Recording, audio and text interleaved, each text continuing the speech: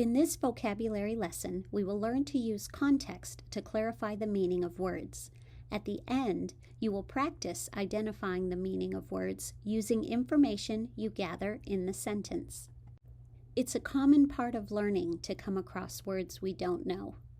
And on almost every English test we take, we have to identify vocabulary word meanings. What strategies do we use in order to identify the meaning of unfamiliar words?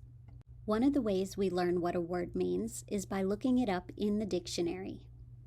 Another strategy is to draw from your background knowledge. This means think about places where you've heard this word used before and see if you can use that in order to identify what the word means. But sometimes we can use context clues that are already in the sentence or in the paragraph right in front of us to help us understand the meaning of an unfamiliar word. In this case, if we were wondering the meaning of the word inconsolable, we could look at the other words in the sentence. Seeing the words, "she couldn't stop crying," can help give us meaning to the word inconsolable. Let's review 6 different ways that sentences could be put together that will help us use context clues to identify words. The first strategy is to see if the definition is already in the sentence. In this example, the sentence reads, "In addition to humans, some science fiction movies contain characters who are androids, automatons created from biological material and made to resemble people." If you were asked to identify the meaning of the word android, you could look right in the sentence because following the comma, the author gives the definition. An android is an automaton created from biological material and made to resemble people. This is what it could look like if the definition of the word is already in the sentence. A second context clue strategy that you can use is to see if the author has provided a synonym anywhere else in the sentence. Remember, synonyms are words that mean the same thing.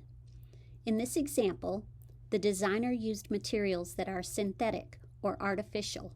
The author provided a comma and then restated the word in a different way. So when asked to identify a vocabulary word, see if the author provided a synonym anywhere else in the sentence. A third way authors sometimes give us context clues is to give us an example of what the word means.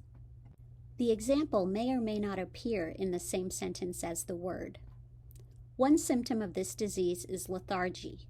For example, some patients feel like they don't have the energy to get through the day.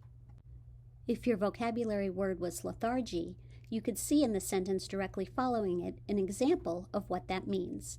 That example will help you identify the meaning of the word lethargy. So if you're asked the meaning of a vocabulary word and there is an example around it, that example can help you identify your meaning. A fourth strategy you can use is to see if the author gives a cause and effect anywhere in the sentence to help you understand the meaning. This is kind of similar to getting the word definition, but it doesn't look exactly the same. Let's read the example. In this sport, swimmers synchronize their movements so that they are all doing the same thing at the same time.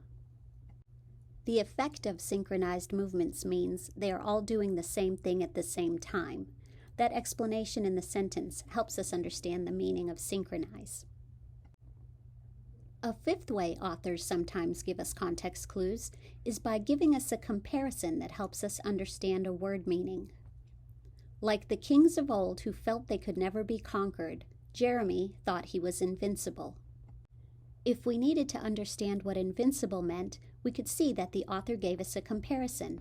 Like the kings of old who felt they could never be conquered. Seeing that comparison helps us understand our word meaning.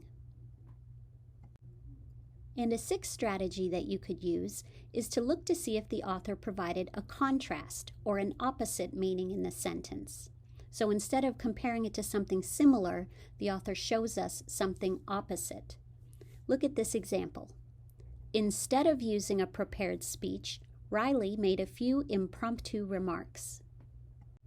The words "instead of" at the beginning of the sentence there tell us that that is the opposite of what Riley did. Impromptu would mean something opposite of using a prepared speech. Download the handy reference sheet that is in your Canvas assignment, and you could use these strategies when you're trying to identify vocabulary words using context clues. Thanks for watching.